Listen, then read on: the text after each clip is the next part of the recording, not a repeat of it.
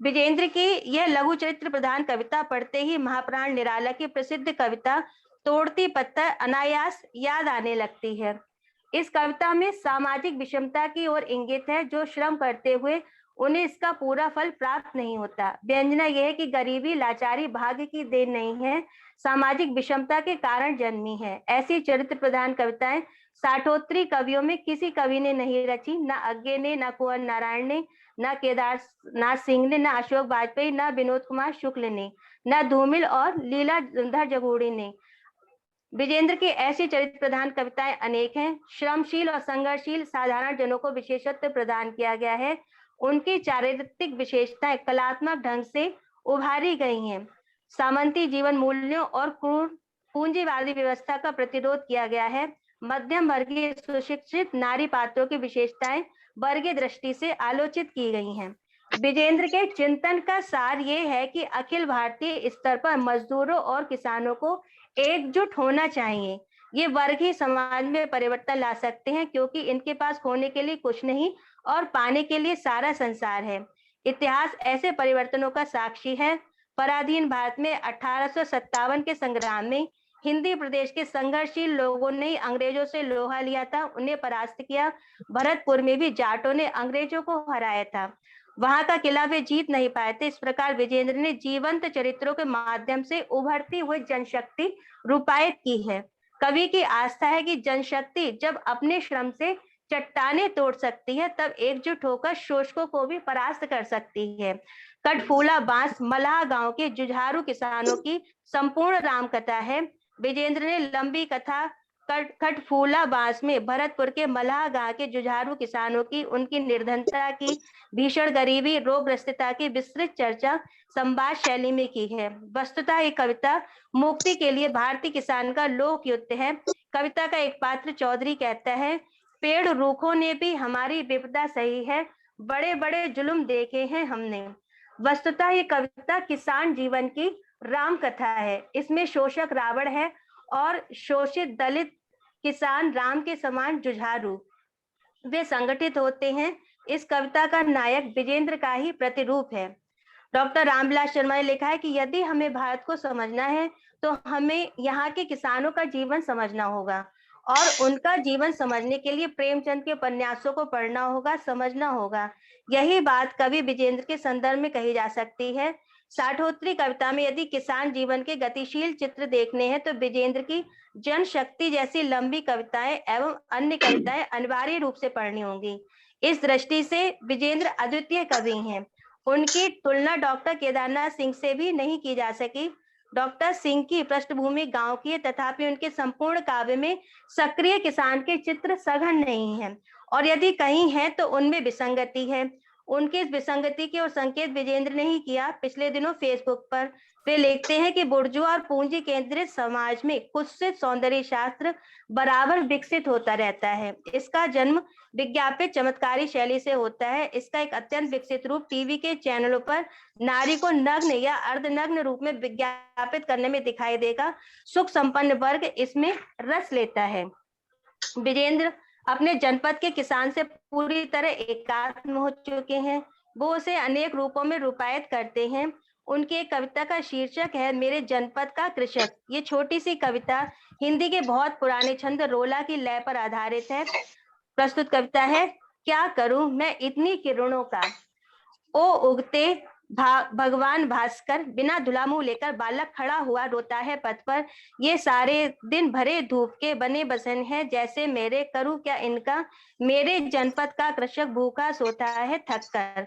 कवि ने कहा पृष्ठ 49-50 पर। इस छोटी सी कविता में कवि ने वास्तविक चित्र अंकित किया है, बिना किसी अलंकरण के। इस कविता का मूल भाव है करुणा, जो कवि का मन खिन्न करती है। स्वभावोक्ति का अच्छा उदाहरण है। इसी प्रकार की अनेक कविताएं संस्कृत की लोक धर्मी काव्य परंपरा में लक्षित होती हैं। वहां भूखे परिवारों के अनेक चित्र हैं।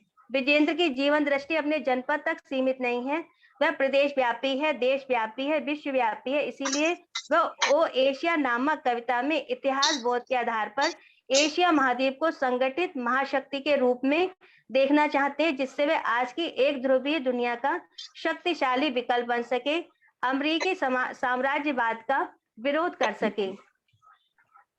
विजेंद्र मानते हैं कि प्रतिरोध का सौंदर्य रचकर ही कवि मुक्ति संग्राम की अधूरी प्रक्रिया पूरी कर सकता है। हमारे विचार से पॉल रॉबसन में महाकवि निराला का ओजस्वी स्वर मुखरित हो रहा है। साथ ही साथ मुक्तिबोध की प्रसिद्ध कविता अंधेरे में का ओज गोड़वी जो बेचैनी मुक्तिबोध में है, वही विजेंद्र में भी लक्षित होती है। ये कविता पढ़ते समय पाठक को महाप्राण निराला की प्रसिद्ध कविता जागो फिर एक बार याद आने लगती है। विजेंद्र के विपुल काव्य में समकालीन लोक जीवन के संघर्ष की व्यापक अभिव्यक्ति लक्षित होती है, जो अन्य तथाकथित बड़े कवियों के काव्य में है ही नहीं। इसी प्रकार उनके काव्य रूप भी अनेक हैं। प्रभावपूर्ण दोहे, बरवे, सोनेट, छोटी कविताएं, गीतात्मक कविताएं, मझोली कविताएं, अनति दीर्घ चरित्र प्रधान कविताएं, क्रिया प्रधान प्रदीर्घ कविताएं, विज्ञान प्रधान लंबी कविताएं, काव्य नाटक, अंतर वस्तु के अनुरूप वाक्य रचनाओं की अनेक संरचनाएं हैं, लयात्मक वाक्य हैं, लयवान गद्यात्मक वाक्य हैं। उल्लेखनीय है कि उनके हम उम्र कवियों ने निराला के मुक्त छंद का प्रयोग ही नहीं किया। इस प्रकार उन्होंने अपना संबंध परंपरा से नहीं जोड़ा है। कुंवर नारायण और केदारनाथ सिंह की कविताओं में मुक्त छंद का प्रयोग कहीं भी नहीं हुआ है। विजेंद्र की काव्य भाषा भी अन्य कवियों से भिन्न है। वे अपनी काव्य भाषा के लिए शब्दों का चयन अपने गांव धर्मपुर की बोली बानी से करते हैं, भरतपुर में रहते हुए ब्रजभाषा से करते हैं, जयपुर में रहते राजस्थानी से करते हैं। तद्भव शब्दों का प्रयोग प्रचुर रूप से करते हैं। अंतर वस्तु के अनुरूप तद्भव तत्सम शब्दों का भी। उर्दू के शब्दों से उन्हें विशेष लगाव है। कहने की आवश्यकता नहीं कि उनकी काव्य भाषा की पहचान उर्दू, ब्रजी, तद्भव और बोधगम्य तद्भव शब्दों से, तत्सम शब्दों से होती है। उन्होंने बोलियों के लिए ऐसे शब्दों का प्रयोग किया है जिनके अर्थ आलोचक समझ ही नहीं पाते। जैसे एक शब्द है चैतुआ, इसका अर्थ है चैत में फसल काटने वाला मजदूर। वे रबी की फसल को रब्बी की फसल कहते हैं। उनके गांव में ऐसा ही बोला जाता है। यद्यपि उन्होंने प्रचलित अप्रचलित अनेक स्थानीय शब्दों का प्रयोग किया है, तथापि उनकी काव्य भाषा बहुत दुरूह नहीं है। उन्होंने अपने कई संकलनों में ऐसे शब्दों के अर्थ भी संकलित किए हैं। वस्तुतः उनकी काव्य भाषा में निरंतर निखार आता गया और दुरूहता दूर होती गई है। विजेंद्र ने मुक्तिबोध के बाद सर्वाधिक सार्थक लंबी कविताएं रचकर अपनी अलग पहचान स्थापित की है। समय की शिला पर यह पहचान हमेशा अंकित रहेगी। मैग्मा और प्लाज्मा जैसी विज्ञान प्रधान लंबी कविताएं रचकर उन्होंने नया प्रयोग किया है। कौतूहल शीर्षक अनति दीर्घ कविता में पदार्थ का महत्व कलात्मक ढंग से समझाया गया है, जो समकालीन हिंदी कविता में अद्वितीय है। विजेंद्र जनशक्ति की विजय के प्रति हमेशा आशावान रहे हैं। इस संदर्भ में उनकी आशा शीर्षक कविता पढ़ी जा सकती है। लंबी कविताओं के संदर्भ में वे समकालीन कवियों में अग्रगण्य हैं। उन्होंने अपनी लंबी कविताओं की सर्जना से अज्ञेय, नरेश मेहता, रघुवीर सहाय, भारती शाही, सर्वेश्वर, राजकमल चौधरी, श्रीकांत वर्मा, धूमिल, विनोद कुमार शुक्ल, आलोक धन्नो आदि को पीछे छोड़ दिया है। उनकी इन कविताओं में एक कमी खटकती है कि वह आपातकाल का प्रतिरोध कहीं नहीं किया गया है। उनके संपूर्ण काव्य को दृष्टिगत रखते हुए कहा जा सकता है कि उन्होंने अपनी सर्जना से सघन, सुंदर, फलदार वृक्ष उपस्थित किया। उसे करुणा की धारा, भौतिकवादी विचारधारा, संस्कृत की लोक धर्मी कविता की धारा और हिंदी की लोक धर्मी काव्य धारा से सींचा गया है। लंबी कविताएं वृक्ष की छोटी बड़ी शाखाएं हैं। उपमा, उत्प्रेक्षा, रूपक, मानवीकरण, समासोक्ति, स्वभावोक्ति के असंख्य मनोरम पत्ते हैं। सचित्र कविताएं आलंगित लताएं हैं। धूप के तिनके इसके चारों ओर सुशोभित हैं। ये हर एक ऋतु का स्वागत दिल खोलकर करता है। इसकी शाखाओं पर घना के पाखी कलरव करते रहते हैं। ये सत्ता की सीकरी की ओर देखता तक नहीं। इसकी छाया में थके हुए किसान और मजदूर विश्राम करते हैं। इसके चारों ओर सरसों लहराती है। पके अन्न की बालियां झुकी हुई दिखाई पड़ती हैं। धन्यवाद जी।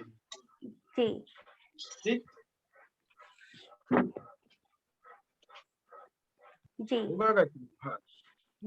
अब धन्यवाद गायत्री जी, आपने वैश्य जी का जो लिखा हुआ है, उनकी जो समझ है, उन्होंने जीवन भर जो काम किया, इस लेख को मैंने भी पढ़ा है, लंबा लेख है।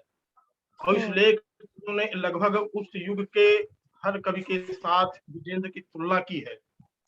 और ये तुलना उन्होंने तार्किक रूप से की है, कोई अंधेरे की तुलना नहीं है। और सब कवियों का शीर्षक दे करके उन्होंने एक एक करके ये बताया है कि किस कवि में क्या कमी है और इनसे विजेंद्र क्यों आगे। आप आए, आपका बड़ा बड़ा धन्यवाद। अब हमारे बीच में रूस से अनिल विजय जी जुड़ चुके हैं, क्योंकि इस समय वही वरिष्ठ हैं। कृष्ण कल्पित जी राजस्थान पहुंच गए हैं, तो वहां से वो लाइव नहीं हो पा रहे हैं, और महेंद्र नेह जी लाइव होने की कोशिश कर रहे हैं। अभी उनका फोन आया था, उनको दोबारा लिंक भेजा हूं, वो लाइव हो जाएंगे। अनिल जन्मेजय के बता दूं मैं मैं। आपत्ति कर रहा हूँ साहब अपने नाम पर। हमारे बीच इस समय योगेंद्र कृष्ण उपस्थित हैं। आप हैं सब, आप तो रूस से ना, बड़े दूर। योगेंद्र कृष्ण बोलेंगे पहले। अनिल जी, लेखन में आप वरिष्ठ हैं मुझसे। अरे लेखन में क्या होता है, अरे आप लेखन में भी आप ही वरिष्ठ हैं। हाँ, महेंद्र नेह सर आ गए। जी ये आप हाँ, महेंद्र जी से कहिए। महेंद्र नेह जी, हाँ, महेंद्र नेह सर से कहूंगा कि आप आए, तो आपसे अनुरोध है कि आप विजेंद्र जी पर जो आपका अभिमत है, क्योंकि आपको निकलना भी है, जन आंदोलनों के नेता हैं, अभिव्यक्ति पत्रिका निकालते हैं, 70 के दशक के बेहतरीन कवि हैं, और इस देश के जाने माने वामपंथी एक्टिविस्ट हैं महेंद्र नेह जी, वो जुड़ गए हैं। उनका बहुत बहुत धन्यवाद। अब मैं चाहूंगा कि आप अपना अभिमत आकर के इस मंच पर व्यक्त करें। माननीय देखिए, विजेंद्र जी से मेरा व्यक्तिगत परिचय और सरोकार जब मैं छात्र था, आप मानिए कि सन 1975 से 78 नहीं 65 से और 68 के बीच में, जब वो भरतपुर में थे और घना के जो अभयारण्य है उनके बीच जाकर कविताएं लिखते थे, तब उस समय से मेरा उनसे परिचय है। विजेंद्र जी की बहुत सारी खूबियां हैं जो उन्हें हमारे जो जनवादी कविता है उसके जो सर्वोच्च शिखर पुरुष है, शिखर कवि है, रचनाकार है, उनकी परंपरा में स्थापित करती है। विजेंद्र जी निस्संदेह निराला, मुक्तिबोध, केदारनाथ अग्रवाल जैसे जो जन कवि है, और जिन्होंने पूरा जीवन अपने जो लेखनी का संसार, अपनी संपूर्ण साहित्यिक साधना, जिन्होंने मजदूर किसान वर्ग और सर्वहारा विचारधारा के लिए निमित्त लगा दी। और विजेंद्र जी के लिए ये कहना कि वो केवल परंपरा को उन्होंने जिंदा रखा जो उन्हें मिली, उस परंपरा को विकसित करने का काम भी विजेंद्र जी ने बहुत किया। उन्होंने हिंदी कविता में, हिंदी आलोचना में जो प्रश्न जोड़े हैं वो बहुत मौलिक हैं अपने ढंग से। विजेंद्र जी ने, हम ये नहीं कहेंगे कि हिंदी में कोई उन्होंने वाद चलाया, वो तो जनवाद के ही एक प्रखर रचनाकार थे, लेकिन जनवाद को समृद्ध करने में, कलावाद और प्रयोगवाद को ध्वस्त करने में, और प्रगतिशील जो आलोचना है उसमें भी जो कमियां आ गई थी, जो पतनशील मूल्य स्थापित हो रहे थे, विजेंद्र ने उनके विरुद्ध भी सतत संघर्ष किया। विजेंद्र जी की जो सबसे बड़ी देन मैं मानता हूं वो है कविता की लोक धर्मी परंपरा, कविता की लोक धर्मी धारा। जिस तरह से विजेंद्र जी ने कविता की लोक धर्मी धारा को स्थापित किया और उस लोक धर्मी आलोचना को भी उतनी ही शिद्दत के साथ, उतनी मजबूती के साथ, उतनी धैर्य के साथ और उतनी लगन के साथ उन्होंने स्थापित किया।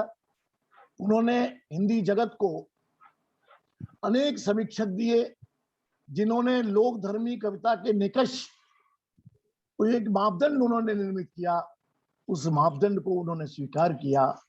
और बड़ी बात यह है कि लोक धर्म था, उनके लिए शब्द तो था लोक धर्म, लेकिन इस लोक धर्म के अंदर प्रगतिशील मूल्य, जनवादी मूल्य, मार्क्सवादी मूल्य और सर्वहारा के अंतरराष्ट्रीय जो विचारधारा है और उसका जो अपना सौंदर्य शास्त्र है, उसको विकसित करने में विजेंद्र जी का कोई सानी नहीं है। विजेंद्र जी से हमें बहुत कुछ, हमारी हिंदी कविता को, हमारे हिंदी के रचनाकारों को बहुत कुछ सीखना है। ये सच्चाई है कि विजेंद्र जी को जितना बड़ा स्थान हिंदी साहित्य में मिलना चाहिए था, वो कोई हमारे जो आलोचक हैं उनकी कृपणता की वजह से वो स्थान उन्हें नहीं मिल सका। लेकिन मैं समझता हूं कि जिस तरह से निराला को डॉक्टर रामविलास शर्मा जी अगर न होते, वो अगर निराला की साहित्य साधना जैसे ग्रंथ न लिखते, तो शायद निराला को भी हम उस तरह नहीं जान पाते जिस तरह आज जानते हैं। मैं समझता हूँ आज जो गोष्ठी हो रही है, आज जो ये परिचर्चा हो रही है, उसका जो मुख्य उद्देश्य है वह विजेंद्र जी को उनके आसन पर, उनके स्थान पर, उनका जो बड़ा योगदान है उसको मूल्यांकन करने की एक शुरुआत के तौर पर हम इस गोष्ठी को, इस विचार जो हमारे बीच में चल रहा है, हम इस रूप में भी उसको ले सकते हैं। विजेंद्र जी ने कभी न तो मूल्यों से समझौता किया, न उन्होंने अपनी जो आलोचना की जो धरातल है या जो कविता का धरातल है, वो अगर लिखते थे लोकवादी कविता के मूल्य, तो वो उसको अपनी कविता में रूपायित भी करते थे। उन्होंने जिस तरह से हमारे बहुत से जनवादी कवि हैं, वो बहुत सारी धाराओं का विरोध करते करते उन्हीं में बह गए। मैं जानता हूं हमारे बहुत से मूर्धन्य कहना चाहिए मार्क्सवादी कवि या आलोचक, वो आलोचना करते करते उन मूल्यों की, उन्हीं मूल्यों के वाहक बन गए। लेकिन विजेंद्र ने कभी ऐसा नहीं किया। वो एक तपस्वी, एक ऋषि थे और उन्होंने जो मार्क्सवाद की बुनियादी अवधारणा है उससे कभी समझौता नहीं किया। और सबसे बड़ी बात कि मार्क्सवादी केवल हम जितने हमारे आलोचक हैं वो कोई भिन्नता नहीं करते। मेरा एक पद है कि साधो संस्कृति एक न होई, जो संस्कृति लुट्टन खोरन की अपनी कैसे होई। तो विजेंद्र जी भी इस पर बहुत दृढ़ थे। उनका कहना था कि जो बुर्जुआ आलोचना का क्षेत्र है, जो बुर्जुआ साहित्य है, जो पूंजीवादी सामंती साहित्य है, उसके मुकाबिल, उसके समानांतर नहीं है, बल्कि उसे उसके ध्वस्त करके एक नए मनुष्य का जो सौंदर्य शास्त्र है, नए समाज का सौंदर्य शास्त्र है और सर्वहारा वर्ग का जो सौंदर्य शास्त्र है, उसमें और पूंजीवादी सौंदर्य शास्त्र में जो लोग भेद नहीं करते, दोनों को गड्ढमड्ढ कर देते हैं, विजेंद्र ने उसे कभी गड्ढमड्ढ नहीं किया। विजेंद्र जी ने जो रचना धर्मिता का जो परचम है, उसकी जो साख है, उसकी जो मूल्यवत्ता है, उसको कभी उन्होंने नीचे गिरने नहीं दिया। विजेंद्र जी ने भाषा के स्तर पर बहुत बड़ा, वो हिंदी भाषा में उन्होंने कभी भी जो जनता के शब्द हैं, जो लोक के शब्द हैं, जो लोक के मुहावरे हैं, जनता की जो शक्ति है, उस जनशक्ति को केवल कभी उन्होंने रिरियाने वाली, गिगियाने वाली कविताएं नहीं लिखी। उनकी कविता में एक बहुत बड़ी ताकत थी, वो उनकी ताकत नहीं थी। वो ताकत उस श्रमजीवी वर्ग की ताकत थी जो बोलती थी। इस तरह निराला की कविता में वो बोलती है। और इसी तरह से विजेंद्र ने अपने काव्य में हमेशा जो विश्व सर्वहारा, वो केवल भारत के सर्वहारा वर्ग को नहीं देखते थे, उनकी दृष्टि विश्वव्यापी दृष्टि थी। और उस अंतरराष्ट्रीय दृष्टि, उस वैश्विक दृष्टि जो सर्वहारा की वैश्विक दृष्टि है, उसके मुकाबले उन्होंने बाजारवादी आलोचना को, बाजारवादी कविता को और बहुत सारी परंपरा के नाम पर जो बहुत कुछ हमें परोसा जाता है, उसके तरक्ष उन्होंने दुनिया भर के जो श्रेष्ठ कवि थे, मार्क्सवादी कवि थे, जनता के कवि थे, उनकी जीवनियों के द्वारा, उनके मूल्यों के द्वारा उन्होंने हिंदी के पाठकों को, हिंदी के कवियों को, हिंदी के समीक्षकों को एक नया परिप्रेक्ष्य दिया। और निश्चित रूप से वह परिप्रेक्ष्य आज के समय में, जब हमारे साहित्य में बाजारवादी मूल्य हावी हो चुके हैं, अगर उन्हें चुपचाप निरंतर जिस तरह से हथौड़े से हम मारते हैं, उसी तरह से उन्होंने जीवन भर अपने जो उनका भाषा का हथौड़ा था, जो उनके विचारों का हथौड़ा था, उस पर वो निरंतर वार करते रहे। और उन्होंने जो सस्ती लोकप्रियता है उसका कभी भी उस ओर देखा नहीं, वो अपनी साधना में रत रहे। ऐसे साधना रत, ऐसे महान कवि और समीक्षक को, एक चितेरे को जब हम याद कर रहे हैं, उनका कोरोना काल में असमय ही चला जाना हिंदी साहित्य का एक बहुत बड़ा नुकसान है। लेकिन हमें उन्हें याद करना है, उन्हें आगे तक उनकी जो मूल्यवत्ता है, उसके लिए विजेंद्र का जो लिखा हुआ साहित्य है उस पर जिम्मेदारी लेकर हमारे आलोचकों को, हमारे समीक्षकों को काम करना चाहिए, बहुत गंभीरता से काम करना चाहिए। और उनकी कविताओं को प्रचारित अभी रह गई हैं, उनकी बहुत बहुमूल्य लेखन, उनकी बहुत मजबूत कविताएं आज भी हिंदी जगत उससे उतना वाकिफ, उतना संचालित, उतना उद्वेलित नहीं है जितना होना चाहिए। मैं समझता हूं कि जिस तरह से निराला, त्रिलोचन, तलब श्री राम सिंह जो हमारे जाने माने कवि हैं, विजेंद्र निश्चित रूप से, जब विजेंद्र की कविता सामने आएगी, जब एक बहुप्रचारिक योजनाबद्ध बहुप्रचारिक ढंग से, क्योंकि ये उन्हें नहीं है, ये विजेंद्र के व्यक्ति के लिए नहीं है, ये काम एक बड़ी मूल्य धर्मिता के लिए है। इसलिए हम सबको मिलकर, आज आप सब लोगों को हम सुन रहे हैं, मुझे लगता है कि यह काम भी एक महत्वपूर्ण काम है। और इसके जो आयोजक हैं हमारे उमाशंकर सिंह परमार जी और आप सभी मित्र, उन सबको प्रति मैं कहना चाहिए कि एक आभार व्यक्त करता हूं कि आपने एक बड़ा काम अपने हाथ में लिया है। आपने एक ऐसा काम जिससे केवल हिंदी साहित्य नहीं बल्कि अंतर्राष्ट्रीय तौर पर हमारे जो विचार हैं वो जाएंगे और विजेंद्र को लोग जानेंगे।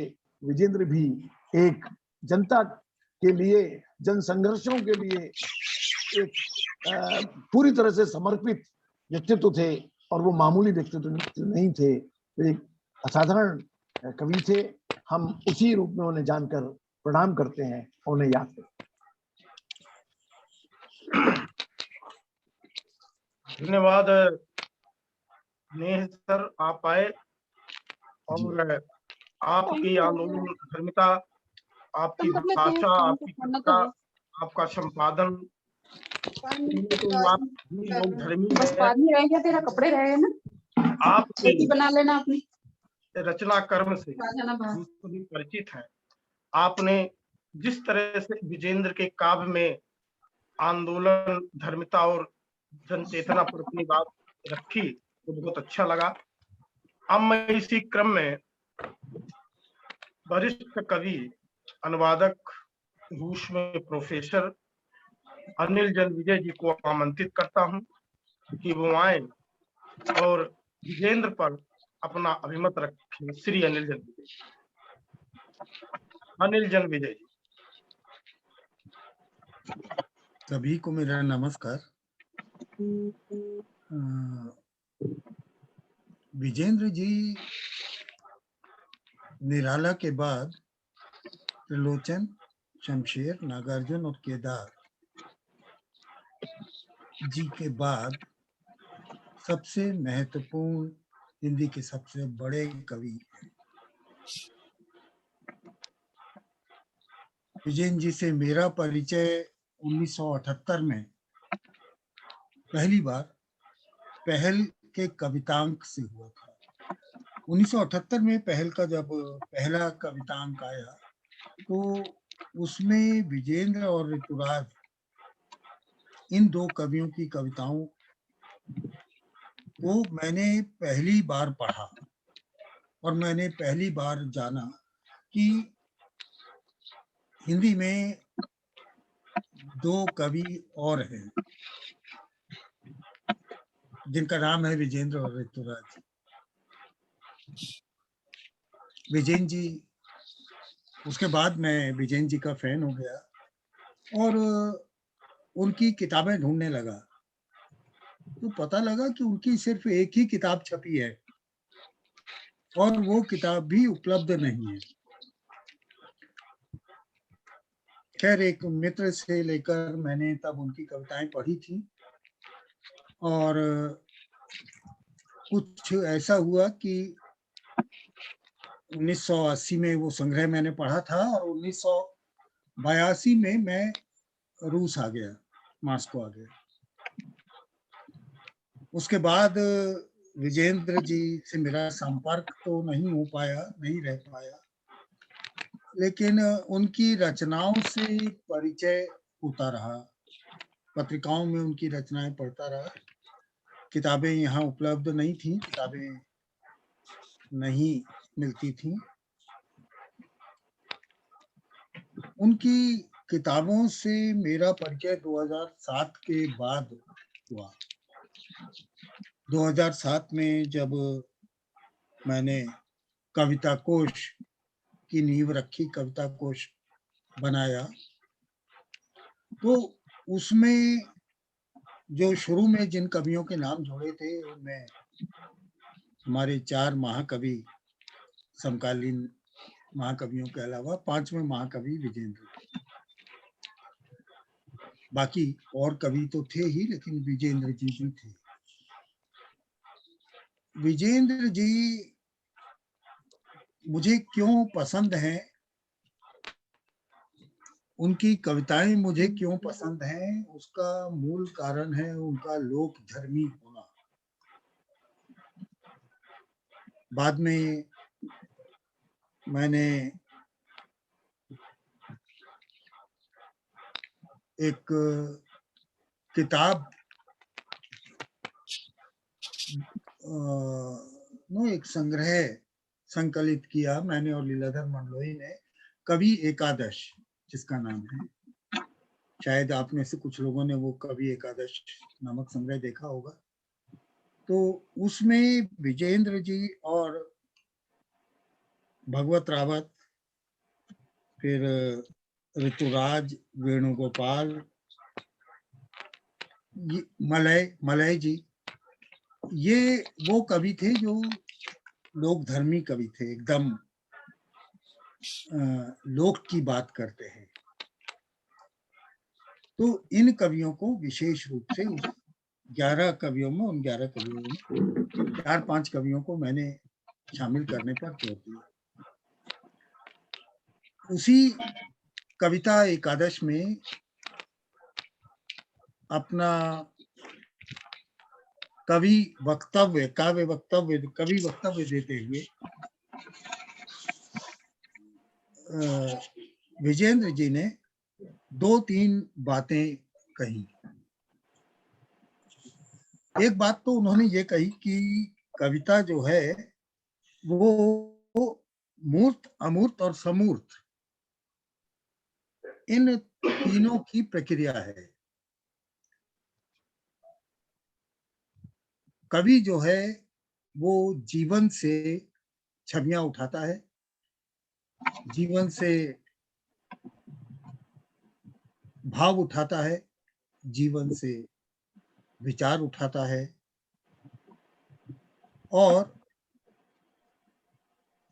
प्रकृति और जीवन से जो मूर्त हैं, प्रकृति मूर्त है अपने आप में और जीवन भी मूर्त है, तो इन मूर्त चीजों से वो अपने भाव उठाकर उन्हें पहले अमूर्त रूप में लाता है, अपने भावों में लाता है, और उसके बाद उन भावों को वो फिर से शब्दों में पिरोकर, उन भावों को वो बिंब और प्रतिबिंब में पिरोकर उन भावों को वो एक तरह से दोबारा वस्तु और सार बनाकर फिर से समूर्त करता है, और इस तरह कवि अपनी कविता की रचना करता है।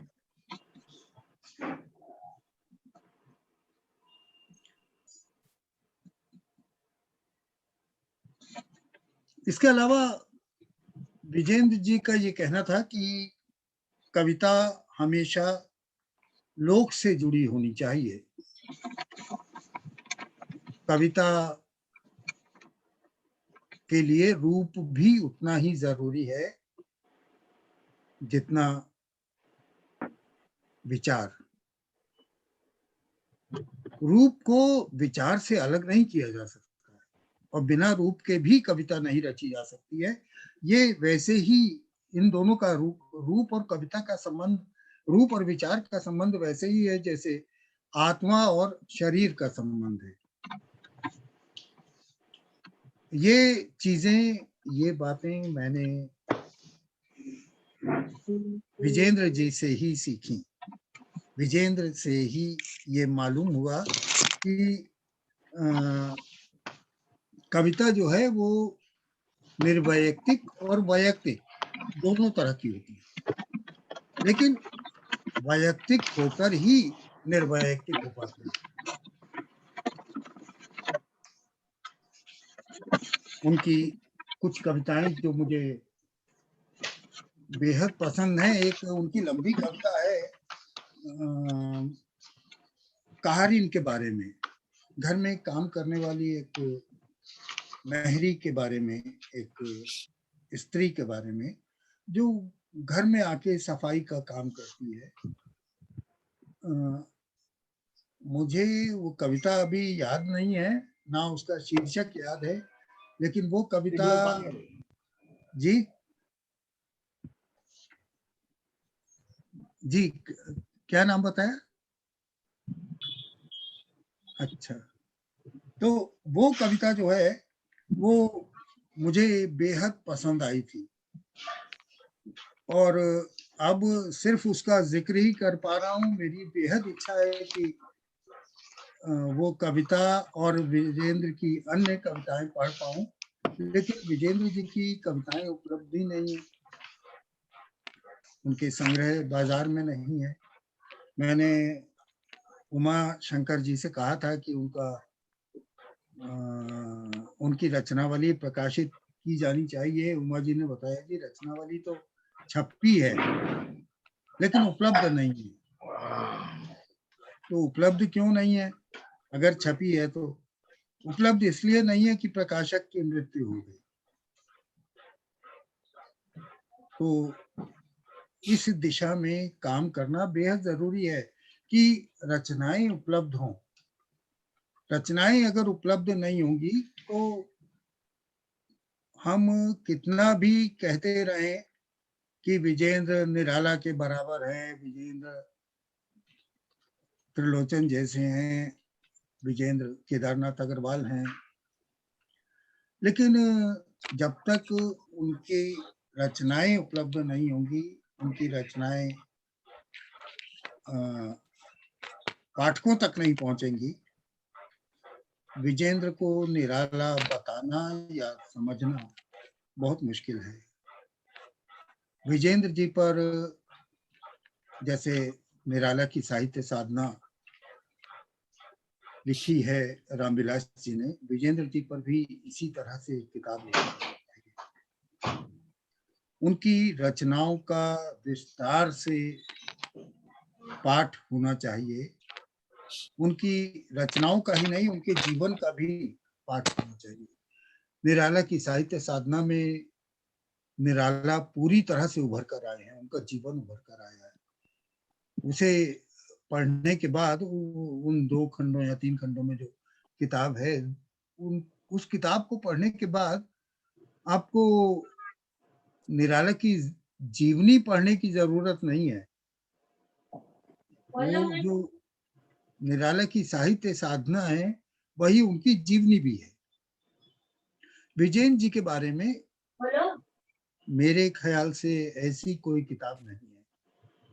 अभी आमिर चंद वैश्य जी की वैश्य जी का लेख सुन रहा था। उस लेख में मुझे जो कमी महसूस हुई वो कमी यही थी कि वो लेख उनकी रचनाओं की तो बात करता है, उनकी तुलना तमाम लोगों से करता है और प्रकृति के तमाम प्रतीकों से, बिंबों से उनको बताता है कि विजेंद्र जी ये थे, विजेंद्र जी ये थे। अरे उदाहरण से बताइए ना, उनकी रचनाओं के उदाहरण के अलावा उनके जीवन के उदाहरण दीजिए, उनसे बताइए कि आप विजेंद्र जी क्या थे। मेरी विजेंद्र जी से एक ही मुलाकात है जो 2011 में हुई थी, जब मैं जयपुर गया था। कविता कोश का कार्यक्रम था, कविता कोश को 5 साल पूरे हुए थे और विजेंद्र जी से मिलने में खास तौर पर मैंने प्रेमचंद गांधी के वहां कहा कि मुझे मेरा मेरा आप सभी से अनुरोध है कि जो नहीं बोल रहे हैं वो अपना माइक कृपया बंद रखें। गायत्री जी आप कृपया अपना माइक बंद कर दें।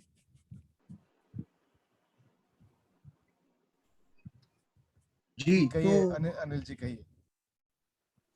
मैं ये कह रहा था कि मेरी विजेंद्र जी से एक ही मुलाकात है और सिर्फ 1-1.5 घंटे की मुलाकात है।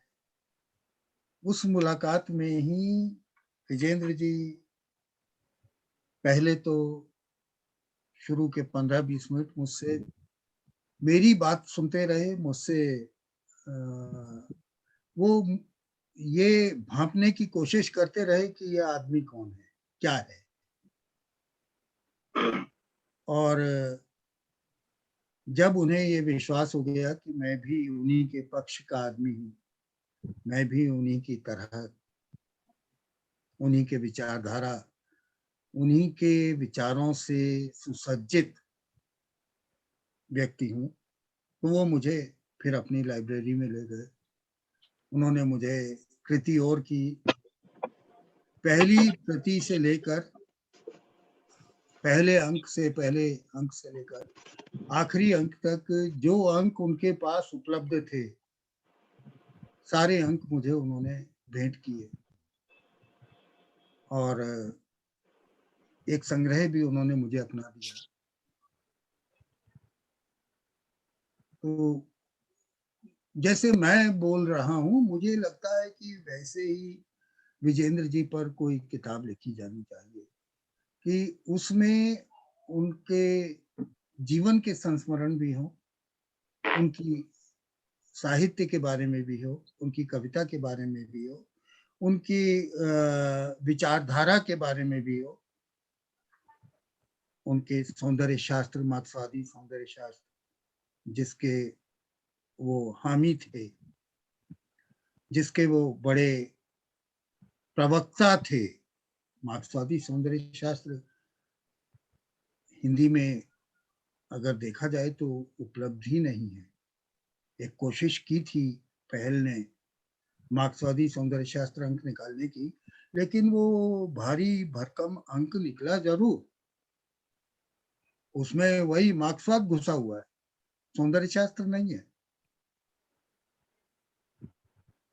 सौंदर्य शास्त्र और मार्क्सवाद दो अलग अलग चीजें हैं। मार्क्सवाद एक विचारधारा है, सौंदर्य शास्त्र रचनाकार को मार्क्सवाद तक पहुंचाने, मार्क्सवाद की उसकी समझ बढ़ाने का एक जरिया होता है, जरिया होगा सौंदर्य शास्त्र।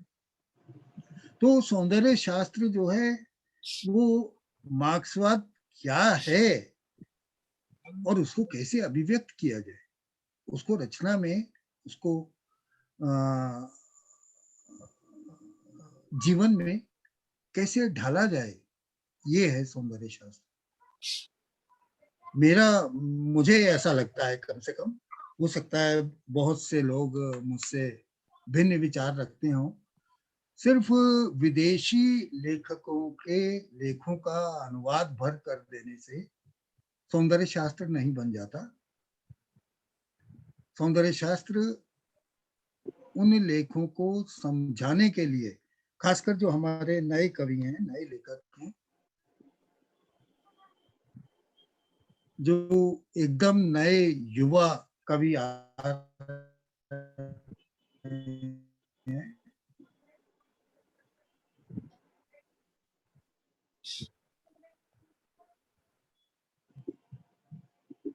आपका संपर्क टूट गया सर लग रहा है। हाँ उमाशंकर जी नमस्कार। बनाने के लिए या मार्क्सवादी के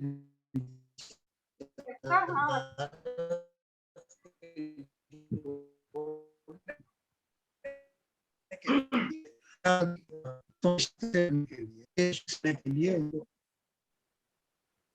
उनको ये बताने जी न से भी रहा।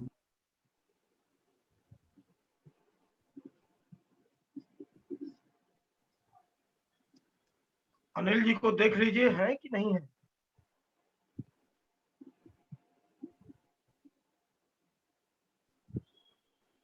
सभी को मेरा नमस्कार, नवनीत पांडे बोल रहा हूँ। हेलो अनिल जी, अनिल जन्मविजय जी, सुन रहे हैं मेरी आवाज? अनिल जन्मविजय जी, मुझे लगता है उनका संपर्क टूट गया है, इसलिए प्रतीक्षा जी की बोलिए जाए। जी। हाँ आप हैं, लाइन में हैं आप? अनिल जन्मविजय सर। नहीं नहीं, मैं यही हूँ। अरे भैया आपकी आवाज नहीं आ रही। हेलो, हाँ जी, मेरी आवाज आ रही है आप तक? मेरी बात आपको नहीं सुनाई दे रही क्या? आपका संपर्क कट गया है मुझे लग रहा है। हेलो हेलो आवाज नहीं जी। अभी जी आपकी आवाज तो आ रही है, मेरी आवाज क्यों नहीं आ आपकी रही? नहीं आ पा रही। हेलो नहीं है जी अनिल आपका जी, संपर्क। हेलो आपसे एक अनुरोध है अनिल जी, आप एक बार दोबारा लॉगिन कर सकते हो तो प्लीज करिए।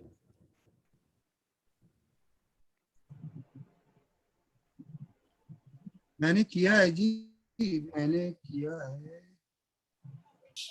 अभी अभी आपकी आवाज आ रही है, आप बोल सकते हैं। अच्छा अब आ रही है? हाँ अब आ रही है। आवाज आ रही है मेरी? जी जी जी। हाँ तो कोई गड़बड़ हुई होगी जी। गड़बड़ी आप करते हैं तो हाँ, अभी मेरी गड़बड़ी की वजह से ही तो हिंदी साहित्य सारा गड़बड़ा गया है।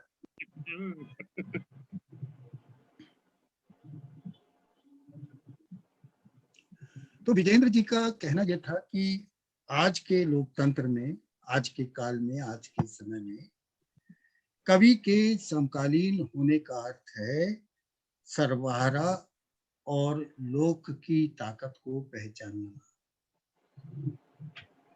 जो कवि सर्वहारा और लोक की ताकत को नहीं पहचानता, वो समकालीन दौर में वो अच्छा कवि नहीं हो सकता। वो अच्छा कवि नहीं हो सकता। अगर हम श्रम के महत्व को नहीं पहचानेंगे, हम ये नहीं जानेंगे कि श्रम अगर हम करेंगे, बंद कर देंगे, अगर हम ग्रामीण चेतना का विकास नहीं करेंगे, ग्रामीण चेतना को अपना समर्थन नहीं देंगे, तो हम कवि नहीं हूँ।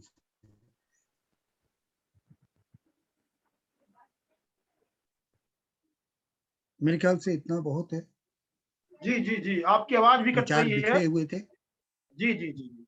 हाँ हाँ, विचार बिखरे हुए थे, लेकिन जैसा भी था ठीक है, मैंने अपनी बात कही। ठीक हालांकि मैं उनकी ठीक। कविताओं की कुछ चर्चा करना चाहता था, उनके सोनेट की चर्चा करना लेकिन आज आज जो है आपकी और आवाज नहीं निकल रही है, आपका कनेक्शन भी बहुत टूट रहा है।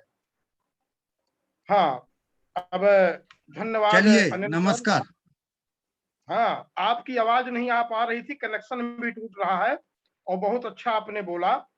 और मैं चाहूंगा कि जब अगली बार इंडिया आएंगे तो आपकी जानकारी के लिए मैं बता दूं कि लोकोदय से उनकी बहुत सी किताबें, बहुत सी चीजें आ रही हैं, अब प्रकाशित उनकी रचनाएं भी प्रकाशित हो रही हैं। और लोकोदय तो आपका ही है, अपना ही है, वो सब कुछ आपको मिल जाएगा। और जो भी आप इंडिया तो आइए, आप इंडिया ही नहीं आ रहे हैं, कोरोना से इतना डर रहे हैं, इंडिया आइए, आपको विजयन जी की पूरी किताबें आपको मिल जाएंगी। बहुत बहुत धन्यवाद आपका।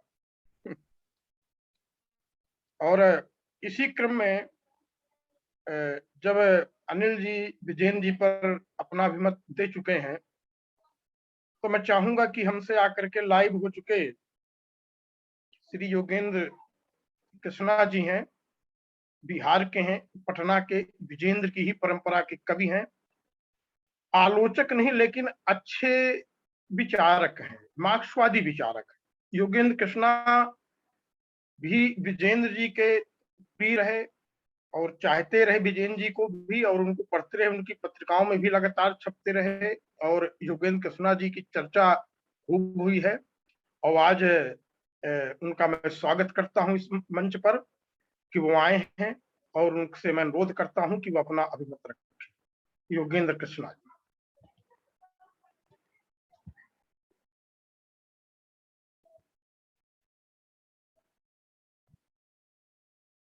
हेलो योगेंद्र जी नमस्कार।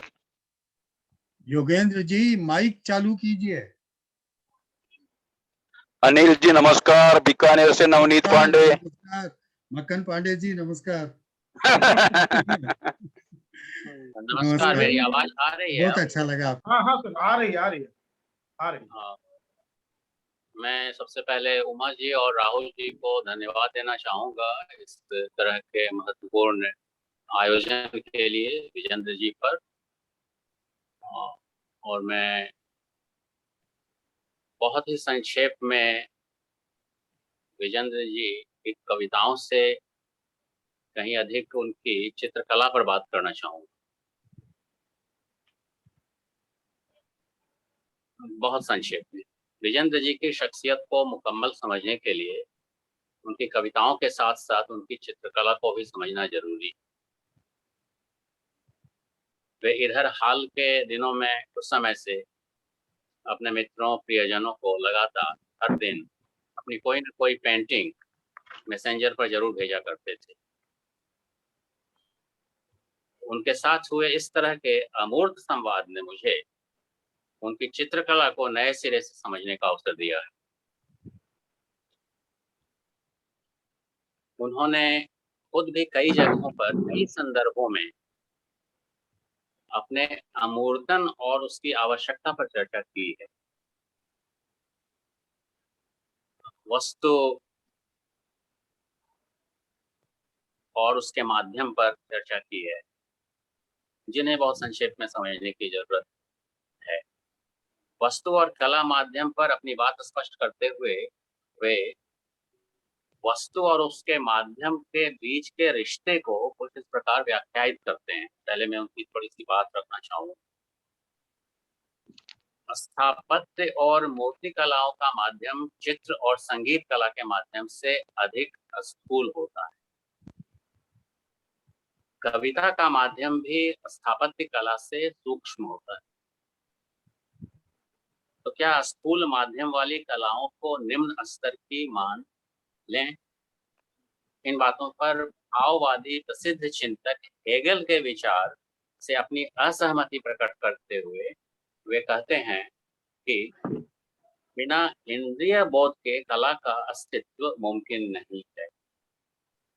इंद्रिय बोध से ही कला में मूर्तन रचा जाता है। कि मूर्तन और मूर्तन की बात भी अनिल जन विजय जी ने भी बहुत अच्छी बात उस पर कही। अतः कला के मूर्त रूप और उसके सूक्ष्म विचार तत्व में अंतर विरोध होता है। ध्यान देने की बात है कि कला में अगर मूर्तन का अस्तित्व हम स्वीकारते हैं तो अमूर्तन के अस्तित्व को हम नकार नहीं सकते, क्योंकि हर चीज में अंतर विरोध होता है। इसी को विपरीत तत्वों की एक रूपता भी कहते हैं। अंतर विरोध वस्तु की विकास प्रक्रिया में सदा निहित रहता है। कला तत्व की अमूर्तता क्या है, वे पूछते हैं। जो कला तत्व किसी भी कला में हमें सुंदर लगता है, उसे हम सुंदर कहकर भी शब्दों में पूरी तरह व्यक्त नहीं कर सकते। सूर्यास्त और सूर्योदय हमें क्यों सुंदर लगते हैं, फूल हमें क्यों सुंदर लगता है, इसका उत्तर हम नहीं दे सकते। सिर्फ इतना भर कह सकते हैं कि सुंदर लगता है, लेकिन सौंदर्य की व्याख्या नहीं कर पाते। जो शब्दातीत है वही अमूर्त है। किसी वस्तु की छाया प्रतीति को हम देख लेते हैं आंखों से, लेकिन उसके सार तत्व को नहीं देख पाते, लेकिन वह वस्तु में निहित है। यही अमूर्तन तत्व है जो किसी भी कला को सिलपट और सतही होने से बचाता है। अतः अमूर्तन भी एक वैज्ञानिक तत्व है। पुष्प दिखाई देता है, लेकिन उसकी गंध, यह सार तत्व ही अमूर्तन का आधार है। यह इंद्रियातीत तो नहीं होता, पर आंखों को दिखाई नहीं देता। हम किसी भी वस्तु को आत्मपरक बनाकर उसे ऐन्द्रिकता के स्तर पर व्यक्त कर सकते हैं। विजेंद्र की चित्रकला हमें उनकी कविताओं को समग्रता में समझने के लिए जरूरी औजार उपलब्ध कराती है। अपनी स्वायत्त अवस्थिति में भी वे कभी कभी एक दूसरे के पूरक से प्रतीत होते हैं। यहाँ तक कि उनकी कविताओं की दुनिया में शब्दों के बीच की खाली जगह को भरती हुई थी। उनके चित्र उनकी आत्मा के भीतर खुलती खिड़कियां हैं। किसी कवि की आत्मा के भीतर प्रवेश करने का रास्ता उसके शब्दों से भी कहीं अधिक उसके अमूर्तन और मौन में खुलता है। विजेंद्र की कविताएं जहां उनकी लोक संवेदना और वैचारिक प्रतिबद्धता का स्थापत्य है, वहीं उनके चित्र और पेंटिंग्स उनकी आत्मा का स्थापत्य हैं। विजेंद्र की कविताओं में विचार और संवेदनाएं जहां एक तरफ संगठन की प्रक्रिया से गुजरती हैं, वहीं उनके चित्रों में विचार और संवेदनाएं विघटित होकर एक तरल प्रवाही अमूर्तन को प्राप्त होती हैं और अंतर्मुखी होकर बहती हैं।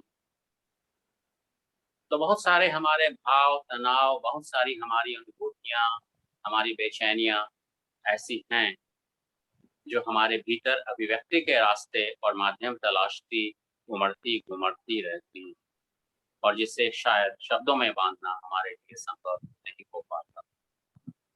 तो हम उन्हें आत्मपरक बनाकर ऐन्द्रिकता के बहुआयामी स्तर पर व्यक्त करते हैं। कविता में ऐसे चित्र होते हैं जो बोलते हैं, मुखर होते हैं, लेकिन पेंटिंग ऐसी कविता है जिसकी भाषा मौन है। इस मौन को पाठक और कला प्रेमी अपने अपने स्तर पर खोलने का प्रयास करते हैं।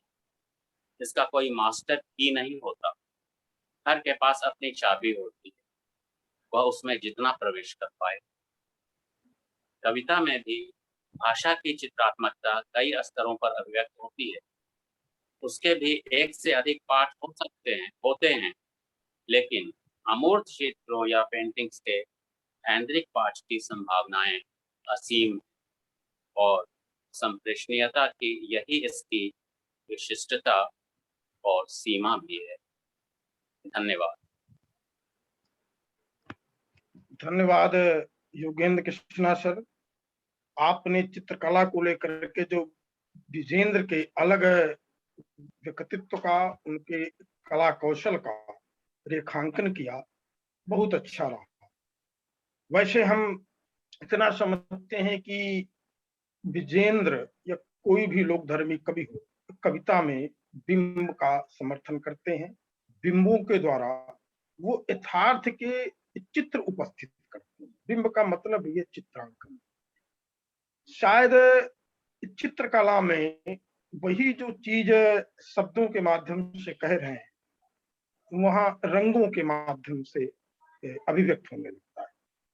तो रंगों की अभिव्यक्ति और शब्दों की अभिव्यक्ति में जहां फर्क है कि शब्द श्रव्य का विषय है और रंग दृश्य का विषय है, और यही फर्क तरलता और सघनता, यथार्थ और अविरलता का विभेद पैदा कर देता है।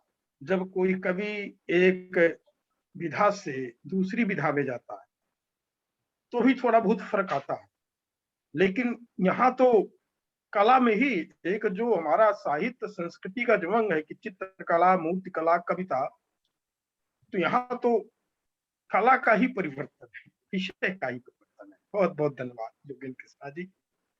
और मैं इसी क्रम में भिलाई के सुप्रसिद्ध कवि, हिंदी के जाने माने समकालीन कवि, जिनकी चर्चा मैंने पिछली मीटिंग में भी किया था, कि हिंदी में जो लॉन्ग 90s का भ्रम फैलाया गया था और उस लॉन्ग 90s में ये साजिश रची गई थी कि हिंदी के जो लोक धर्मी कवि हैं, इनको अपदस्थ करके जो हिंदी में पुरस्कार खोर, अवसरवादी और नारेबाज कवि, इनको ला करके पदस्थ किया जाए।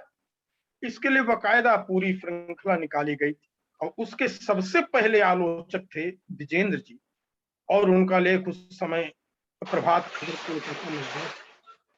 दूसरा इसका विरोध, बहुत शानदार इसका विरोध किया था नासिर अहमद सिकंदर जी ने। वो खुद विजेंद्र की परंपरा के बड़े कवि हैं, उनके कई कविता संग्रह प्रकाशित हैं, आज वो हमारे साथ लाइव जुड़े हुए हैं।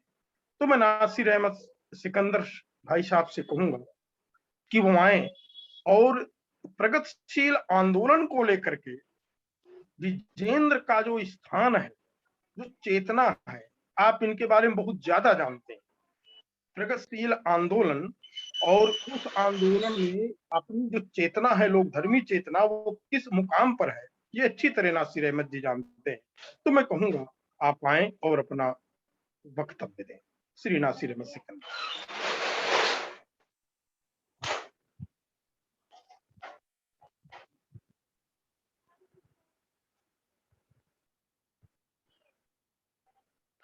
नासिर सर अपना वो ऑन कर लीजिए, अनम्यूट कर लीजिए अपने आप को। आपका हाँ माइक बंद है, आप अनम्यूट कर लीजिए। माइक खोल लीजिए नासिर सर।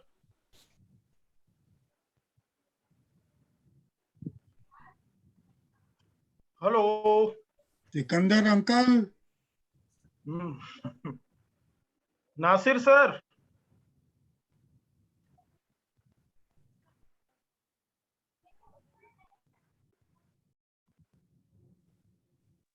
हाँ अब ठीक है, आप बंद कर दिया उन्होंने। अब आवाज आ रही है? बिल्कुल आ रही हाँ है, हाँ, आप बोलिए। आवाज आ रही है, आवाज आ रही है। बढ़िया, धन्यवाद। हाँ। नमस्कार। नमस्कार सभी को नमस्कार, और अनिल जन विजय जी को विशेष नमस्कार क्योंकि बहुत दिनों बाद दिखाई दिए, और जी। और मैं अपना वक्तव्य बहुत बिखरा बिखरा सा, आपकी तरह मेरा भी रहेगा, बिखरा बिखरा वक्तव्य रहेगा और बहुत संक्षिप्त सा वक्तव्य रहेगा। और एक चीज मुझे बहुत अच्छी लगी उमा भाई की, कि उन्होंने लॉन्ग 90s का जिक्र भी किया, जो मैं अपने वक्तव्य में करने वाला था इसका जिक्र। दूसरी बात कि पूरी प्रगतिशील आंदोलन में प्रगतिशील आंदोलन के जो लोक धर्मी कवियों की परंपरा की बात की गई, वो भी मेरे वक्तव्य में शामिल था। मुझे पता ही नहीं लगा कि ये इल्हाम उन्हें कैसे हुआ कि उन्होंने मेरी भूमिका बना दी, मेरे वक्तव्य की भूमिका बना दी। तो मैं अपना वक्तव्य बहुत संक्षेप में यहां से शुरू करूंगा कि छायावाद के बाद से मैं प्रारंभ करता हूं और कुछ शब्द या उन शब्दों की अवधारणाएं हिंदी कविता के भीतर प्रगतिशील कविता की या लोक कविता की, जो केदार, नागार्जुन, त्रिलोचन जैसे बड़े कवि उस वक्त थे, प्रगतिवादी काव्य धारा के, लोकधर्मी काव्य धारा के, जिनके भीतर लोक का पूरा जीवन रचा बसा था, वो शब्द आया हिंदी आलोचना का पहला शब्द अस्तित्ववाद। इसके माध्यम से जिन कवियों की इस तरह के बरक्स खड़ा करने की कोशिश की जाने लगी, और इसके बाद हमारे आलोचक याद किया, लगभग सभी ने रामविलास जी को याद किया है। रामविलास जी ने इसका जवाब लिखा और अपनी पुस्तक नई कविता और अस्तित्ववाद में इसका जवाब बहुत अच्छी तरह दिया। उन्होंने तो यहां तक लिखा कि केदारनाथ अग्रवाल और त्रिलोचन को छोड़कर शब्द भी नहीं रखा उन्होंने, केदारनाथ अग्रवाल और नागार्जुन को ठेलकर मुक्तिबोध को प्रतिष्ठित करने का जो संगठित प्रयास, मैं दो शब्द ठेलकर और संगठित प्रयास किया गया, उससे हिंदी कविता की यथार्थवादी काव्यधारा को क्षति पहुंची। ये रामविलास जी का वाक्य है। इसका आशय ये कतई नहीं है कि वो मुक्तिबोध को कमतर कर रहे हैं। यहां मैंने शब्द इसीलिए कोट करवाए थे कि संगठित प्रयास, जिसको डंडा मार के समझ लीजिए रामविलास जी ने उसे ठीक किया और केदार, नागार्जुन, त्रिलोचन और मुक्तिबोध की काव्यधारा को केंद्र में किया। केंद्र में लाने का श्रेय रामविलास जी को जाता है। अब यहां देखिए कि मेरा कहना, या मैं ऐसा इसलिए भी कह रहा हूं कि केदार, नागार्जुन, त्रिलोचन लोक चेतना के कवि थे, और मुक्तिबोध जो थे वो लोकतांत्रिक चेतना के कवि थे। केदार, नागार्जुन, त्रिलोचन की कविता में कविता की लोक चेतना में लोकतंत्र भी था, तो मुक्तिबोध की लोकतांत्रिक चेतना में लोक भी था। संगठित प्रयास शब्द रखा उन्होंने, और ठेल कर जो मुक्तिबोध और को आगे करने का प्रयास किया गया, ये जो स्थिति बनाई गई, ये इस स्थिति का मुंहतोड़ जवाब अगर किसी ने दिया तो वो रामविलास शर्मा जी। इसके बाद दिक्कत ये हुई इस पूरे प्रगतिशील आंदोलन में कि नई कविता और अस्तित्ववाद के बाद रामविलास शर्मा जी ने हिंदी कविता पर लिखना लगभग बंद कर दिया। इस बंद होने से हुआ ये कि इस धारा के जो कवि नए आ रहे थे, या इस परंपरा से जो कवि जुड़ रहे थे, वो शब्द अब दूसरा आया, और उसको भी बहुत गलत ढंग से, जिस तरह से रामविलास जी ने अस्तित्ववाद को समझाया, उसी तरह से लोक शब्द आया अब इसके बाद।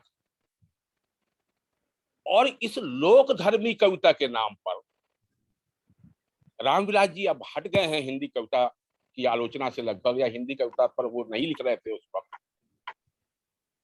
इतना बड़ा एक संसार रचा गया उस बीच। उतार चढ़ाव का, आगे पीछे करने का, ऊपर नीचे करने का, और लोक धर्मी कविता के नाम पर लगभग हिंदी कविता के सारे पाठक जानते हैं कि किस तरह के लोक के लोक की रोमानी कविता को या रोमान को, या जिन कवियों के लोक की मुक्तधारी छवियां थी, वहां लोक नहीं था। लोक था भी तो उसके भीतर से प्रगतिशील चेतना का आभास भर था, चेतना नहीं थी। और मैं नाम नहीं लेता हूं, नाम इस गोष्ठी में बहुत सारे लोग ले चुके हैं कि किन किन कवियों को आगे किया गया। अमीर चंद वैश्य का जो लेख पढ़ा जा रहा था, उसमें बार बार उन कवियों के नाम भी आ रहे थे। मैं नाम लेकर दोबारा उनका नाम नहीं लेना चाहता। तो यहां विजेंद्र पीछे किए गए, और उन कवियों को अगर वो रामविलास जी होते, ये कभी कभी इस तरह की बात भी कहनी चाहिए कि अगर रामविलास जी हिंदी कविता पर लिखते रहे होते, तो वो जैसे केदार नागार्जुन मुक्तिबोध त्रिलोचन मुक्तिबोध की या सही बनाते हैं, तो लोक धर्मी कविता की सही बनती विजेंद्र, विष्णुचंद्र शर्मा और मान बहादुर सिंह। ये त्रयी नहीं बनती, या ये कवि आगे नहीं होते जो आगे रहे। बहुत बड़ा इस तरह की चीज लोक धर्मी कविता की हुई। लोक धर्मी कविता को जिस तरह से पीछे किया गया, और किस लोक धर्मी कविता, इसका एहसास भी केदार नागार्जुन त्रिलोचन विजेंद्र दिलाते हैं, और बकायदा लोहा लेते हैं। आलोचक नहीं है अभी। यहाँ कमी यही हो गई कि यहाँ आलोचकों ने नहीं लिखा, बल्कि कवियों ने ही लिखा। इसके बावजूद भी उन्होंने लिखा कि मैं जन कवि हूं, साफ कहूंगा क्यों हकलाऊं। या त्रिलोचन कहते हैं, मैं उस एलानिया कहते हैं कि मैं उस जनपद का कवि। या उस आलोचक पर भी व्यंग कर जाते हैं। त्रिलोचन लिखते हैं, नया पुरोहित है, इसे खिलाओ। या यदि कीर्ति का यश चखना है, नागार्जुन। तो मेरे कहने का अर्थ यह है कि विरोध हुआ इस पूरे जो काव्य परिदृश्य, ये जो शास्त्रोक्ति हिंदी कविता के बाद का बना, लेकिन वहां कवियों ने ही अपने आप को रखा। आलोचक वहां उस तरह के नहीं मिले, या उन्होंने नहीं लिखा, या ये ऐसा कह दिया जाए कि लोक धर्मी कविता का वह स्वर ऊपर आया जो विजेंद्र जी के लोक कविता का स्वर था, वो पीछे हुआ। मेरे कहने का मकसद ये। तीसरी बात जो आई, अस्तित्ववाद से मैंने शुरू किया था, प्रगतिशील कविता को मैं और आगे बढ़ाता हूं, फिर आक्रमण की बात करता हूं, फिर सारी चीजें उसी तरह दोहराता हूं, और अब शब्द आया प्रेम का, प्रेम कविताओं का। ये प्रेम कविताओं का दौर करीब, ये मैं बात कर रहा हूं 1980-82 के आसपास, और ये मेरा साहित्यिक बचपन है। अभी तक मैं जो बोल रहा था वो पढ़कर बोल रहा था, अब मैं इन परिदृश्यों को देखने लगा था, इस काव्य परिदृश्य को देखने लगा था, पहचानने लगा था। और उस वक्त मैंने जो संग्रह पढ़े, प्रेम कविताएं छपी रही थी, कवि प्रेम कविताओं के माध्यम से आगे आ रहे थे, लेकिन लोक धर्मी कविता को फिर क्षति पहुंचाने की कोशिश में या लोक धर्मी कविता को सीढ़ी बनाकर आगे बढ़ जाने की कोशिश भी जारी थी। ऐसे वक्त फिर कवियों ने मोर्चा संभाला है और वह आया है शौकिया प्रेम और परकिया प्रेम। ये संयोग नहीं है या इसे संयोग कतई ना माना जाए कि 1981 में हे मेरी तुम संग्रह केदारनाथ अग्रवाल जी का प्रकाशित होता है, जो उन्होंने पार्वती देवी जी को समर्पित किया है। और 1982 में चैत की लाल टहनी संग्रह विजेंद्र जी का प्रकाशित होता है, उन्होंने भी अपनी पत्नी उषा को समर्पित किया। और परकिया के बजाय जो स्वकिया की एक लंबी भूमिका इन दोनों संग्रहों में केदारनाथ अग्रवाल जी ने लिखी, उसे पढ़ना चाहिए। मैं चाहता था कि कोट करूं, लेकिन अब समय नहीं है, अन्यथा मैं बताता कि वह दाम्पत्य जीवन के प्रेम को, पति पत्नी के संवादों को, घर की साज सज्जा को, रसोई को, पाक कला को, थकान को, पत्नी की थकान को, मतलब ऐसे दृश्य वहां पर उपस्थित हैं जो बिल्कुल देखे भाले आपको लगेंगे। और वह परकिया प्रेम के बरक्स शौकिया प्रेम की स्थापना की गई। इसलिए मैं बार बार कहता हूं कि यहाँ पर मोर्चा विजेंद्र जी ने, और उसके साथ अगर मैं कोई किसी कवि का नाम लूंगा तो वो है चंद्रकांत देवताले। ये तीन लोगों ने केदारनाथ अग्रवाल संबोधन तुम करते हैं,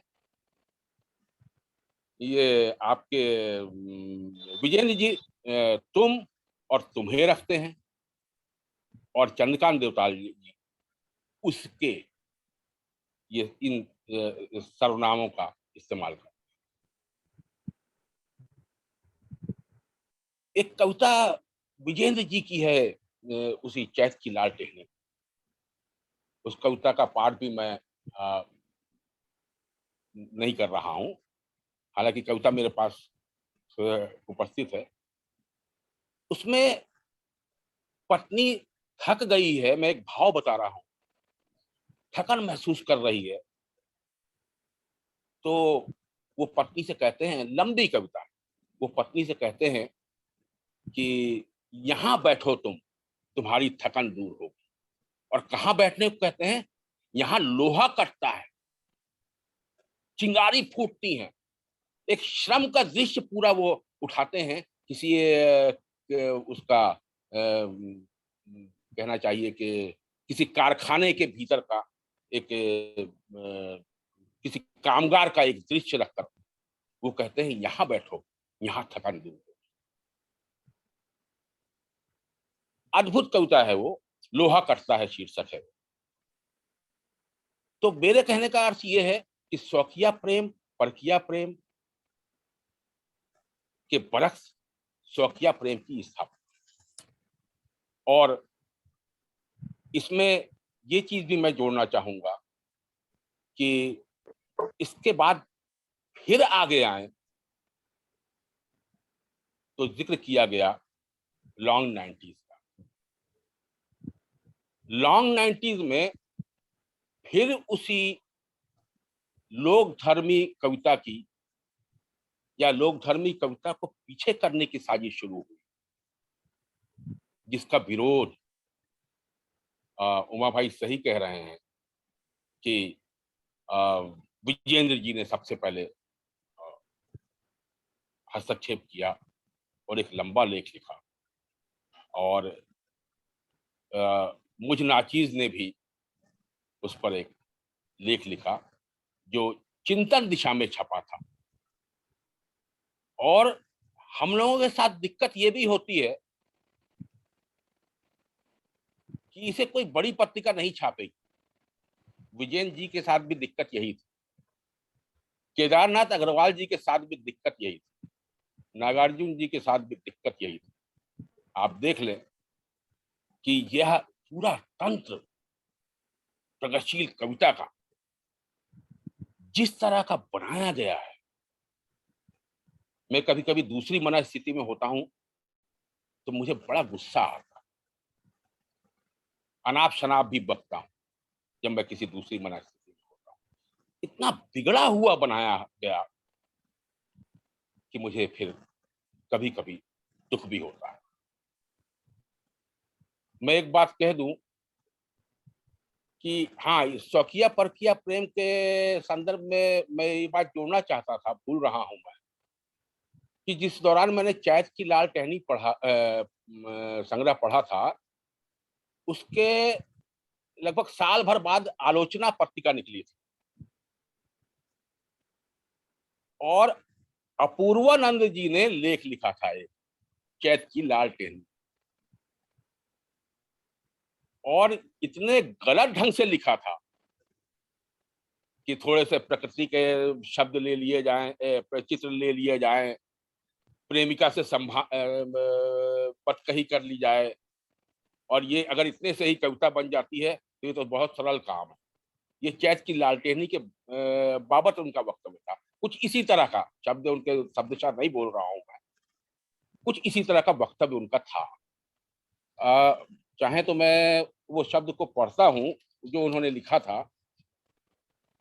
थोड़ा सा प्रकृति के दृश्य का कोमल बिंब, थोड़ा प्रेमिका से संभाषण, थोड़ा गरीब लोगों का चित्रण, एक पंक्ति में भाषण या आश्वासन को फेंक देने से ही कविता तैयार नहीं होती।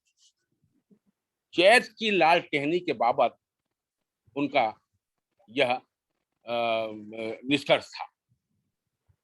मेरे कहने का तात्पर्य ये है कि उस वक्त मेरी उम्र बहुत कम थी, 22-23 साल का मैं था, साहित्यिक बचपन जैसे मैंने कहा उस वक्त।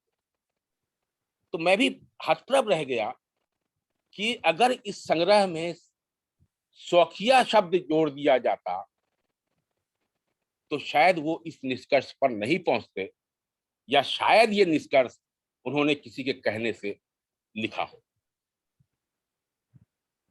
बहरकैफ विजयन जी से मैं कभी मिला नहीं हूं। मेरी आवाज आ रही है? हाँ हाँ, आ रही। मैं विजयन जी से कभी आज तक, मुझे इस बात का दुख है कि मैं विजयन जी से कभी मिला नहीं, किसी और में कभी छपा नहीं, और कभी मेरी बातचीत नहीं हुई। टेलीफोन पे अभी कुछ साल भर पहले से बात प्रारंभ हुई होगी हम लोगों की, मोबाइल से 2-3 बार मोबाइल पर बातचीत हुई।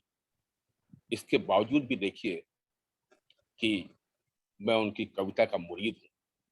ये कविता की पहचान होती है, ये कविता की पहचान एक कवि की पहचान होती है। ये मामला जान पहचान का नहीं होता है, जिस तरह की जान पहचान में भी सीढ़ियां बनती हैं। मैं उमा भाई का धन्यवाद, भाई को धन्यवाद देता हूं कि उन्होंने वक्तव्य से पहले जो भूमिका मेरे बाबत कही उस पर मैं कितना सही उतरा, अब ये आप लोग जाने। बहुत बहुत धन्यवाद। बहुत बहुत धन्यवाद नासिर सर। अब मैं वक्ता के रूप में बीकानेर से उपस्थित है हमारे साथ नवनीत पांडे जी, वरिष्ठ कवि हैं और राजस्थान के कवियों लेखकों से उनका बड़ा आत्मीय लगाव रहा है। विजेंद्र जी हमेशा राजस्थान से अपने आरंभिक जीवन से लेकर के उनका जो भी रचनात्मक भूमि रही है तो राजस्थान ही रहा है। नवनीत भी उन्हीं की शिष्य परंपरा से आते हैं, तो मैं नवनीत जी से कहूंगा कि वो आए और अपना अभिमत विजयेंद्र जी के बारे में प्रस्तुत करें। बीकानेर से नवनीत पांडे जी।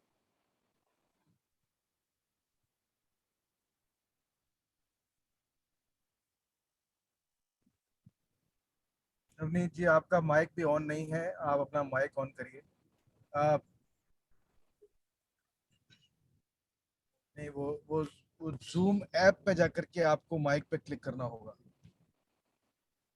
माइक ऑन कर लीजिए नवनीत जी। हाँ, हाँ बस ठीक है, ठीक हाँ। ठीक। सभी को मेरा नमस्कार। और कुछ देरी से जुड़ने की मैं सभी से माफी मांगता हूं। विजेंद्र जी मेरे बहुत ही प्रिय कवि रहे हैं और आलोचक भी। और एक अतिरिक्त लगाव इस वजह से भी है, जैसा कि उमाशंकर जी ने कहा कि वो उनका जो कर्म भूमि है वो राजस्थान से ज्यादा जुड़ी हुई रही है और उन्होंने अपना सेवा काल पूरा का पूरा राजस्थान में ही लगभग बिताया था। बहुत सी बातें मैंने सुनी अनिल जी के वक्तव्य के समय में यहाँ पे जुड़ा हूँ। मैं यहाँ पर उनकी एक कवि कर्म और कवि के बारे में कुछ जो उनके विचार है, उनकी सोच है, उस पे बात करना चाहूंगा। और इसकी शुरुआत मैं उनकी एक कविता से ही करना चाहूंगा। उनकी एक कविता है कवि, जिसके अंदर वो कहते हैं, मेरे लिए कविता रचने का कोई खास क्षण नहीं, मैं कोई गौरैया नहीं जो सूर्योदय और सूर्यास्त पर घोंसले के लिए चहचहाना शुरू कर। समय ही ऐसा है कि मैं जीवन की लय बदलूं, छंद और रूपक भी। एक मुक्त संवाद आत्मीय क्षणों में कविता ही है, जहां मैं तुमसे कुछ छिपाऊं नहीं। सुंदर चीजों को अमरता प्राप्त हो, यही मेरी कामना है। जबकि मनुष्य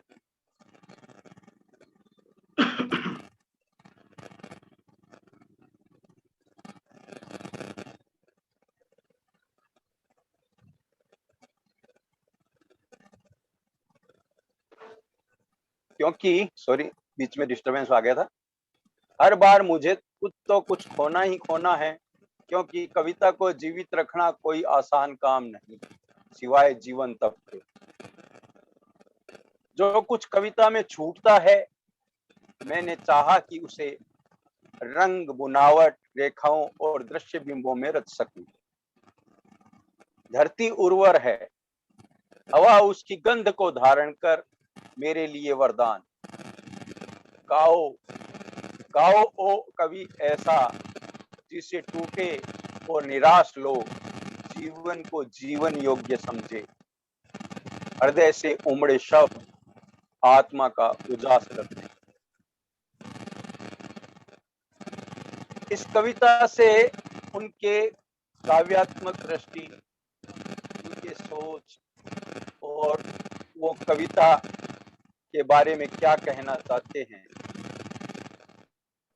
इसकी ध्वनि साफ सुनाई देती है, दिखाई देती है। कविता के बारे में वो कहते हैं, कविता की परिभाषाएं बहुत है, अगर उन पर विचार करें तो कविता का भाव ही गायब हो जाएगा। अतः कविता में हम कविता के स्वभाव को जानें, उसके प्रयोजन को समझें, उसकी रचना प्रक्रिया पर ध्यान दें, कवि कर्म और उसके सामाजिक दायित्व को समझें। कविता एक बहुत ही कठिन कर्म है, यह कोई आकस्मिक कर्म नहीं है, बल्कि कविता को हर सांस की आहुति देनी पड़ती है। ये बहुत ही महत्वपूर्ण बात है, जिसमें वो कहते हैं कि कविता को हर सांस की आहुति देनी पड़ती है। कविता लिखने वाला हर कोई कवि नहीं होता। कविता तो बहुत लिखते हैं, पर कवि विरल ही होते हैं। कवि होने से पहले एक नेक इंसान, अनुकरणीय आचार बहुत जरूरी है। जीवन में जब गिरावट आने लगती है तो कविता साथ छोड़ देती है। काव्य भाषा हम जनता के बीच रहकर ही सीख सकते हैं। हर कवि को अपने शिल्प कौशल पर बहुत ध्यान देना चाहिए। अगर कथ्य बहुत अच्छा है और शिल्प उत्कृष्ट नहीं है तो कविता बेअसर होगी। हर कवि को ध्यान रखना पड़ता है कि कविता का असर पाठक और समाज पर क्या होगा। कविता में काव्य लय उसकी आत्मा है।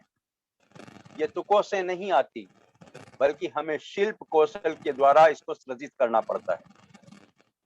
कवि को जीवन की तुच्छ बातें त्याग कर पूरी एकाग्रता से साधना करनी होती। यह हर एक के बस की बात नहीं है। कवि होना हर युग में विरल ही होता है। राजशेखर ने काव्य मीमांसा में कहा है, कुकवि होने से मृत्यु ही बेहतर है। हमारे यहाँ कवि की तुलना प्रजापति से की गई है। वह दृष्टा है और सृष्टा भी। कविता लिखना और कवि हो पाना दो अलग अलग बातें हैं। हर समय और हर जगह कविता को गंभीरता से तल तक समझने वाले बहुत सीमित लोग होते हैं। वैसे ही जैसे अच्छे कवि विरल। कविता लिखना और कवि हो पाना दोनों अलग बातें हैं। लिखते तो बहुत हैं, पर उसे साध पाना कितना कठिन होता है, कितना चुनौतीपूर्ण है। फिर कवि को स्वीकार करने वाले बड़ी परीक्षाएं लेते हैं। मेरा अपना अनुभव है कि समाज में कवि की स्वीकृति सबसे कठिन है। यानी कवि को अपने रसज्ञ पाठकों के बीच अपना सार्थक स्थान बना पाए। मुझे बशीर बद्र की शायर की एक पंक्ति याद आती है, रश के मीर हम अपने को समझते थे बद्र, गुमराह कर गई हमें सदा वाह वाह की। तालियों की गड़गड़ाहट वाली स्वीकृति एक संजीदा कवि को बड़ी घातक सिद्ध हो सकती है। कई बार जीवन भर स्वीकृति नहीं मिलती। इस दौरान कवि को भारी हताशा का सामना करना पड़ सकता है। ऐसे में धैर्य, विवेक और उत्कृष्ट रचना के लिए संघर्ष ही अच्छे मित्र साबित होते हैं। हमें स्वयं पर यकीन रहे और अपनी कविता पर।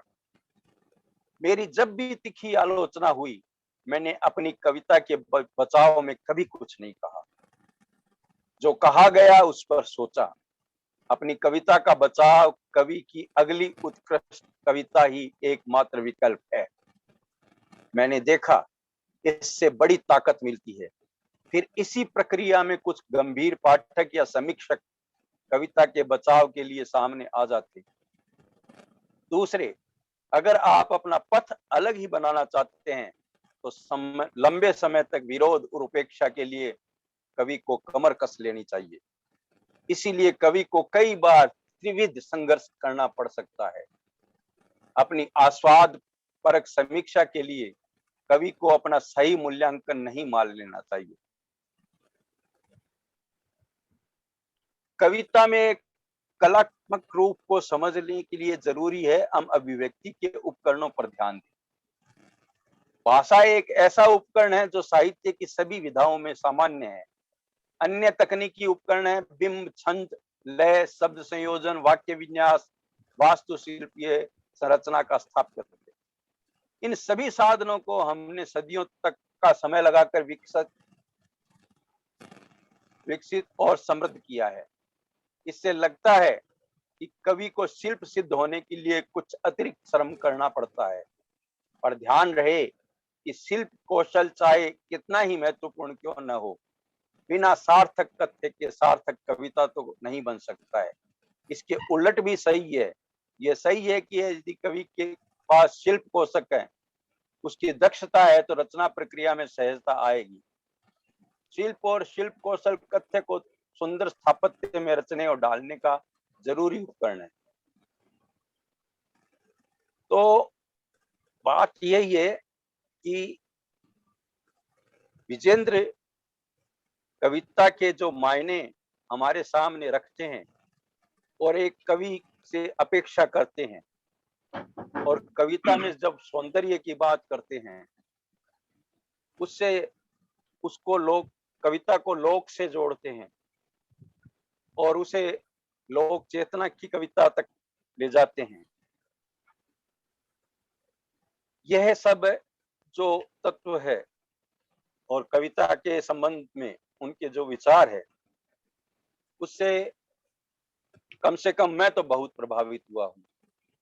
और हर वह कवि इससे प्रभावित होगा जो लोक रंजन और लोक चेतना और लोक के लिए कविता का आस्वादन करता है, कविता रचता है और कविता को समझता है। धन्यवाद। धन्यवाद नवनीत पांडे जी। आप इस विजेंद्र केंद्रित आयोजन में आए। अब मैं आप लोगों का आभार व्यक्त करने के लिए राहुल नीलमर जी को आमंत्रित करता हूं कि वो आए, आप लोगों का आभार व्यक्त करें। और जो अगला कार्यक्रम हमारा अगले हफ्ते होगा, हम अतिशीघ्र उसके पैनल की घोषणा कर देंगे, कल तक परसों तक। और इसी तरह हम फिर 6 बजे शाम को इसके समय रविवार को लाइव होंगे। अब मैं राहुल भैया से चाहता हूं कि वहां आए और आप सबका आभार। राहुल जी।